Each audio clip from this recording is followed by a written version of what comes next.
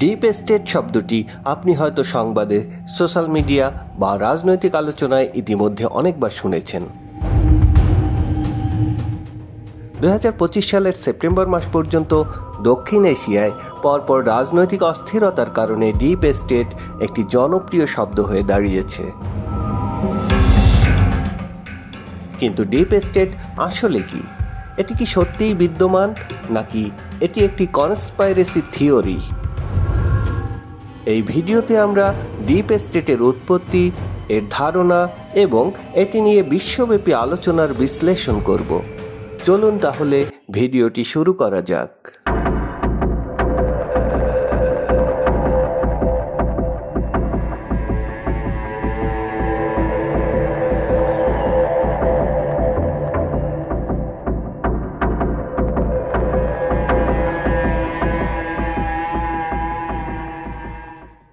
Deep state শব্দটি এমন একটি গোপন নেটওয়ার্ক বা গোষ্ঠীকে বোঝায় যারা সরকারের মধ্যে কাজ করে, কিন্তু এরা জনগণের দ্বারা নির্বাচিত নয়। এরা সাধারণত সিআইএ, এফবিআই এর মতো গোয়েন্দা সংস্থা, সামরিক কর্মকর্তা, আমলা বা প্রভাবশালী ব্যক্তি যেমন ধনী ব্যবসায়ী বা ফিলান্থ্রোপিস্ট হতে পারে। এই ধারণা অনুসারে ডিপ স্টেট গোপনে সরকারের নীতি ও সিদ্ধান্ত নিয়ন্ত্রণ করে, এমনকি নির্বাচিত রাষ্ট্রপতি বা প্রধানমন্ত্রীর বিরুদ্ধেও তারা সিদ্ধান্ত নিয়ে থাকে।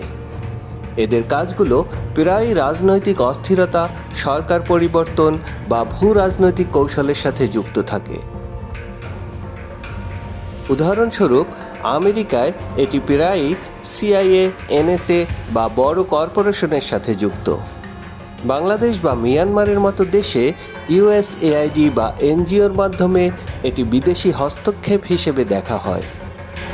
ডিপ স্টেট শব্দটি প্রথম জনপ্রিয় হয় তুরস্কে 1990-এর দশকে, যখন ডেরিন দেবলেট নামে একটি গোপন গোষ্ঠীর কথা বলা হতো, যারা সামরিক ও গোয়েন্দা সংস্থার মাধ্যমে দেশ নিয়ন্ত্রণ করত। আমেরিকায় এই ধারণা জনপ্রিয় হয় 2010-এর দশকে, বিশেষ করে 2016 সালে ডোনাল্ড ট্রাম্পের নির্বাচনের সময়। ট্রাম্প ও তার সমর্থকরা দাবি করেন যে গোয়েন্দা সংস্থা ও আমলারা তার সরকারের বিরুদ্ধে কাজ করছে। এই ধারণা দক্ষিণ এশিয়ায়ও ছড়িয়েছে, যেমন বাংলাদেশে 2024-এর শেখ হাসিনা সরকারের পতনকে অনেকে ডিপ স্টেটের কাজ বলে দাবি করেছেন। বিশেষ করে জর্জ সোরোসের ওপেন সোসাইটি ফাউন্ডেশন এর সাথে যুক্ত বলে ধারণা করা হয়। ডিপ স্টেট নিয়ে সবচেয়ে সন্দেহ তৈরি অথবা জনপ্রিয় কনস্পাইরেসি থিওরি হলো এরা বিশ্বব্যাপী সরকার পরিবর্তন বা রেজিম চেঞ্জ ঘটায়। উদাহরণস্বরূপ, 2021 সালে মিয়ানমারে সামরিক অভ্যুত্থান ও গৃহযুদ্ধ, সিআইএ সমর্থিত বিদ্রোহী গ্রুপগুলো চীনের প্রভাব কমাতে কাজ করেছে বলে মনে করা হয়। রোহিঙ্গা সংকটও এর অংশ হিসেবে ধারণা করা হয়। 2022 সালে শ্রীলঙ্কায় অর্থনৈতিক সংকট ও রাষ্ট্রপতির পদত্যাগ। সোরস ফান্ডের এনজিওগুলো প্রোটেস্টকে উস্কানি দিয়েছে বলে গুঞ্জন আছে।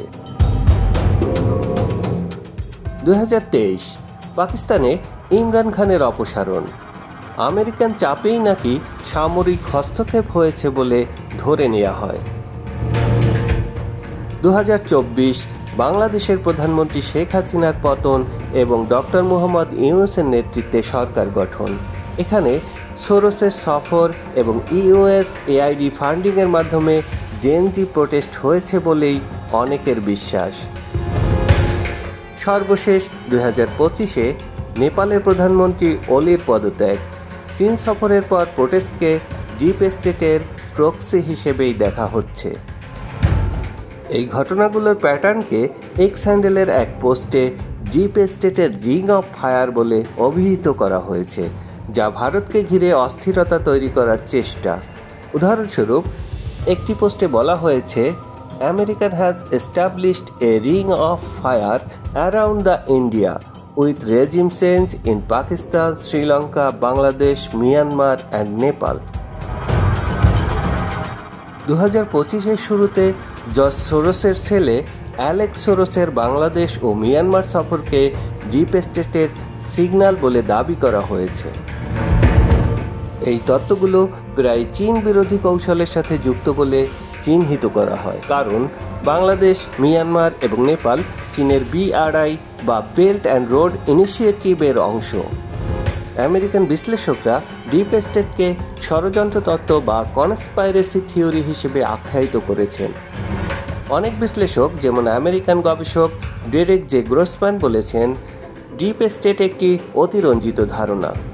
এটি প্রায়ই রাজনৈতিক প্রচারণায় ব্যবহৃত হয়।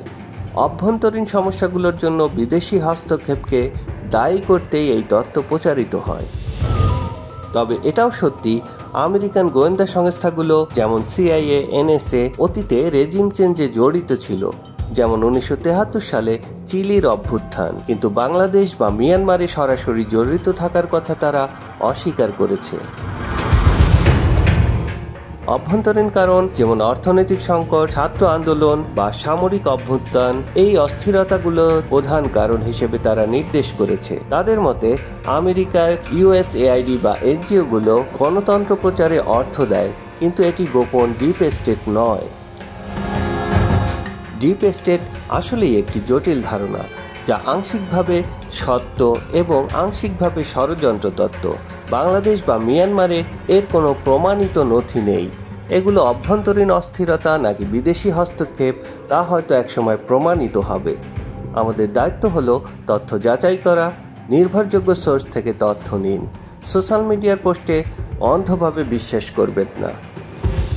ডিপ স্টেটের গল্প আমাদের শেখায় যে ক্ষমতা ও রাজনীতির পেছনে সবসময় জটিল গতিশীলতা থাকে। আমাদের কৌতূহলী হতে হবে, কিন্তু সত্যের পেছনে ছুটতে হবে। ডিপ স্টেট নিয়ে আপনার মতামত কি? এটি কি সত্যিই বিদ্যমান, নাকি এটি শুধুই একটি গল্প? কমেন্টে জানান। ভিডিওটি ভালো লাগলে লাইক, শেয়ার এবং সাবস্ক্রাইব করতে ভুলবেন না। পরের ভিডিওতে আমরা আরেকটি রহস্যময় বিষয় নিয়ে কথা বলবো। ততক্ষণ ভালো থাকুন। ধন্যবাদ সবাইকে।